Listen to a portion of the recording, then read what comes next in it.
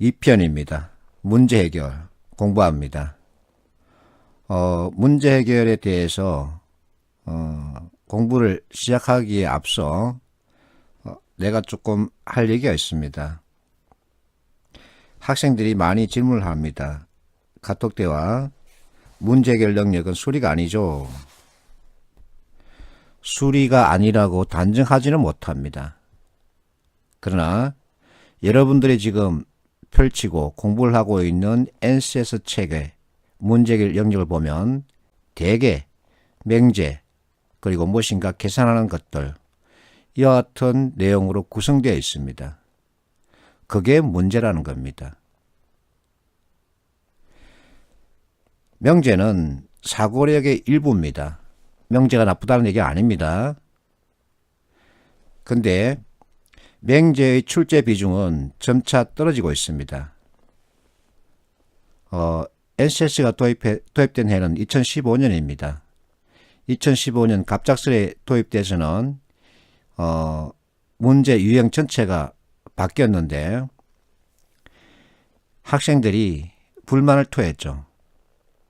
좋다, 바꾸는 건 좋은데 이렇게 급작스럽게 대책도 없이 바꾸면 어떻게 하느냐, 이 같은 불만이 여기저기 솟구치자 정부는 급기야 기존의 NCS 기존에 공개한 NCS 틀에다가 적성액 문제를 짬뽕하는 그와 같은 대책으로 문제 출제 유형을 조절하게 됩니다.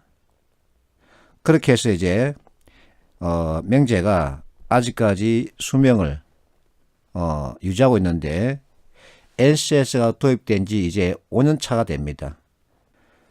2019년 5년 차가 되죠. 그래서 이제는 명제 문제가 많이 출제되지 않고 있다 이겁니다. 명제가 문제 해결의 전부가 아닙니다. 그래서 좀 벗어나자. 그 틀에서 벗어나자는 게 내가 여러분에게 하고 싶은 얘기입니다. 문제 해결은 여러분들이 좋아하는 기획 자체를 뜻합니다.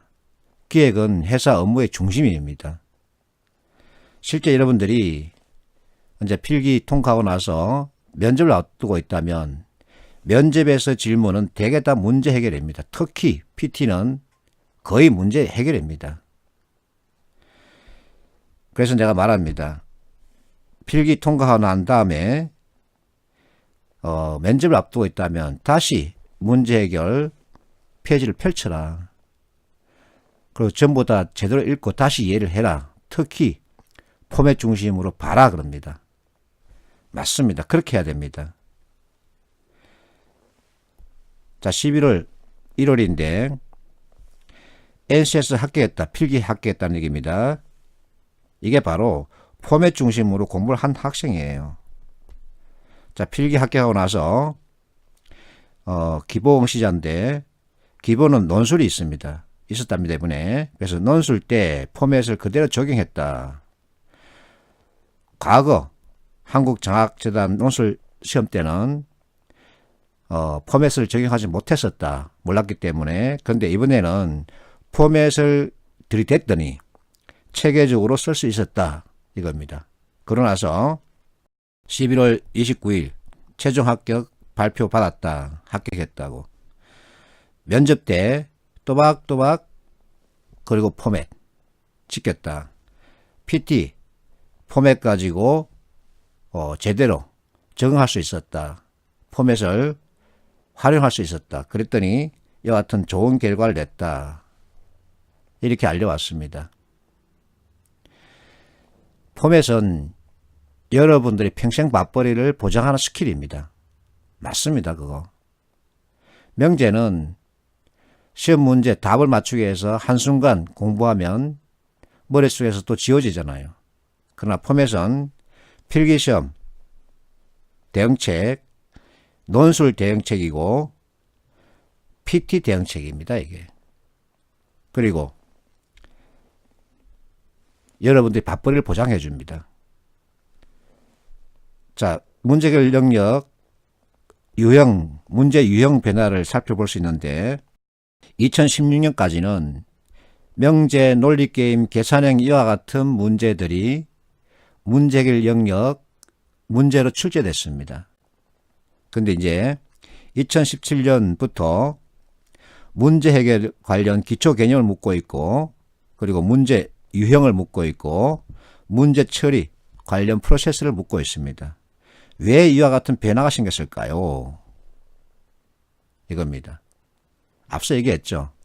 갑작스레 도입되기 때문에 혼선이 생겼다. 그래서 적성형 문제를 어느 정도, 문제 유형을 어느 정도 존치하는 쪽으로 방향을 잡았다가 이제 점차 시간이 지나면서 NCS 중심으로 문제를 개발하고 있고 그렇게 출제하고 있다. 이렇게 해석할 수 있죠. 실제 어떤 학생이 시험장에서 느낀 바 과거의 적성형, 맹제 중심의 적성형 문제는 거의 찾아볼 수 없고 이제 NCS 유형의 문제를 대할 수밖에 없었다. 이와 같은 후기입니다.